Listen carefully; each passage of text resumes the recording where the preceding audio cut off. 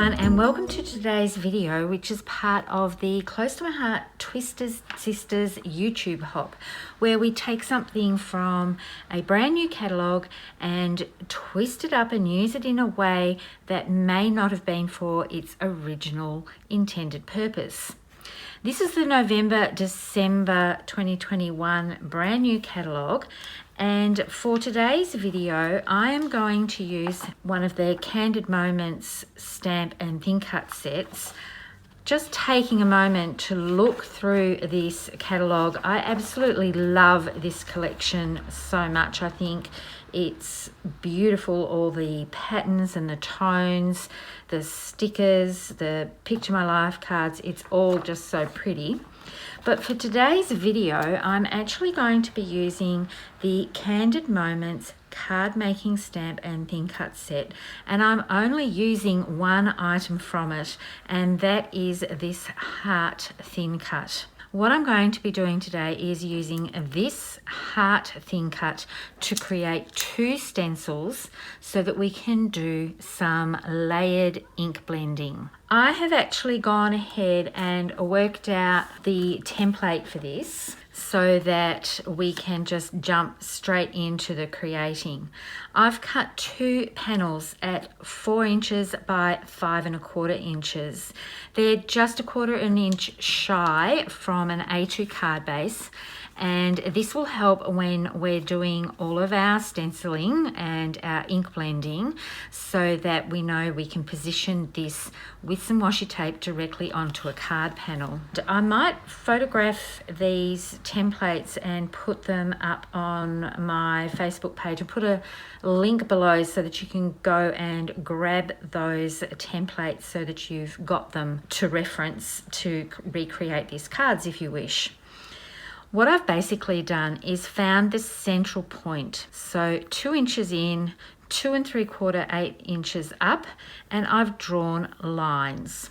And this is where my first heart is going to be cut from. It's quite easy once you've got the lines on there to cut that piece out. And then I've worked out that it's 3/4 inch in to give a nice even spacing for the next two pieces to be cut from. And then I've created a second template measuring the same width, 4 inches by 5 1/4, and I've got the halfway mark at 2 3/8 inches across the card panel, and then 1 3/8 inch in from each edge. Using a T ruler to do your lines makes it extremely easy to do this, but you can use a normal ruler and just put little marks on there, but I find T rulers to really make life so much easier. I've actually done these with some stencil film that we used to carry. I have some in my stash and I've hardly ever used it, and I'm sure quite a few of you have got that as well. If you don't have the stencil film, you can create these stencils out of regular cardstock. They just won't last as long. And you can see that I've done that here. This is my original prototype to make sure that everything worked. And you can ink blend through these with the multi-purpose tool or an ink blending brush. They just don't have the durability, and you may have to cut more than one, and you can't wipe them off. So let's get started on the ink blending and creating our little heart card. I'm doing rainbow colors, and you can see here I'm centering this over the top of my card panel, and I'm using washi tape just to secure that so that it doesn't move. And to give you an idea of what I'm doing, I'll just put this one over top so you can see how that it lines up, and we're going to be creating hearts and inking them up in rainbow order. So I'm going to be going purple, orange, yellow, green and blue. So the first ones that I'm going to ink up are these three, and I'm going to be skipping the colours from this layer here.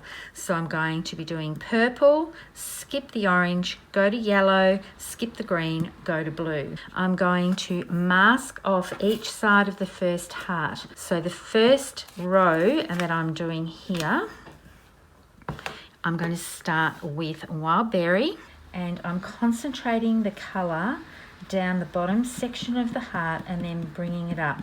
I like using the blending brushes for our water-based dye ink. I just find that they blend a lot easier. You can use the foam tools. So now I've just moved the post-it notes to each side of the central heart, which I'm going to do in lemon. Any yellow ink will do. And it's exactly the same technique. More colour at the bottom and then with a lighter hand going up to the top. And then in between each one, I'm just wiping this off a little bit. I'm not cleaning it off totally because I know that the mask of the post-it note is going to protect the next colour. And then our last colour, I'm using Lagoon. So that's basically it for those three colours. So when you've done your ink blending, you can peel one of the edges up and have a little look and make sure that you're happy with your results. And then those three hearts are done. I'm going to bring in the second template and center that on my card to bring in the missing gaps of the rainbow colours. So now I'm going to use Nectarine, and heavy at the bottom again and lighter at the top. And then my next colour is going to be a green apple to go between the yellow and the blue. And there's my little row of hearts all done. The next thing I'm going to do is a sentiment. I'm going to use an old stamp of the month, Time to Celebrate, from 2020, May 2020. I love this scriptiness of it, and I'm making some thank you cards, and I'm centering that across and stamping that down. And that's my card panel basically done. What I'm going to do now is trim this down to 4 inches by 5 1/4 so that I can put some coloured paper behind it. So there's my card panel all done, ready to attach to a card base. For this design, I'm using these to put into customer orders or mail and make kits that I do, and then I'll just put a little piece of white daisy on the back with a little note, and then they can decide whether or not they want to attach it, remove this piece and attach it to a card panel and reuse it and re-gift it. For our next card, I'm going to do rows of rainbows. So a row of Wild Berry, Nectarine, Lemonade, Green Apple and Lagoon. I should put these in rainbow order so it's easier for me to remember the order.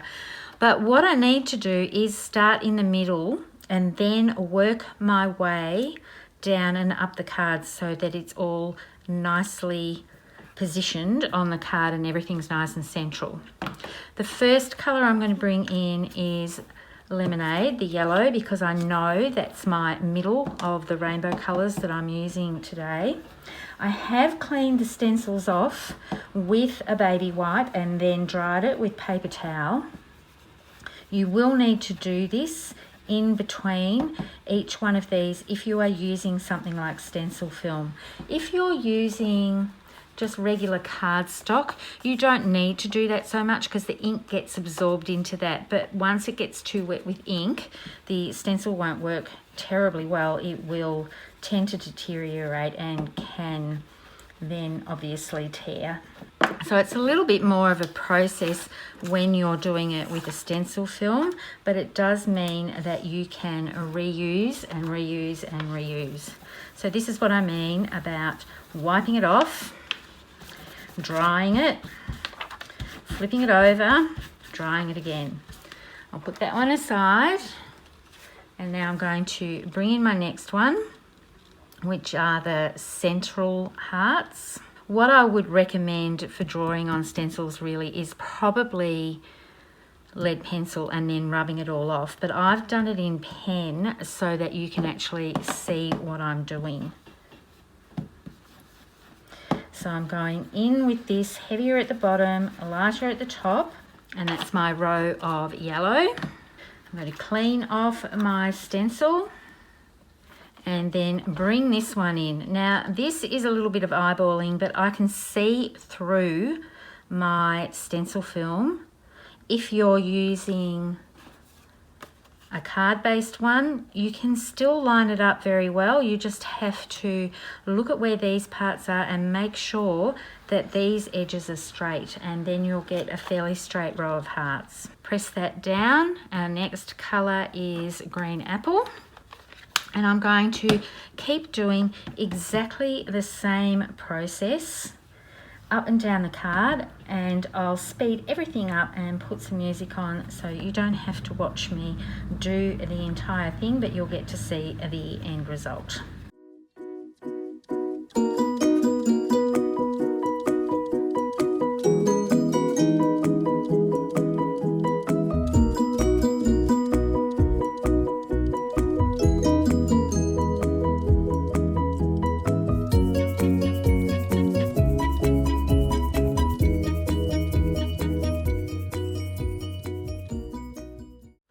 So now it's time for the final reveal, and you can see all those gorgeous hearts all layered up beautifully to create a rainbow, and I love all the overlapping of the ink. So you can see here the two card panels that I've done. I'm going to add just some liquid pearls, some white opal, just to give a little bit of bling to this.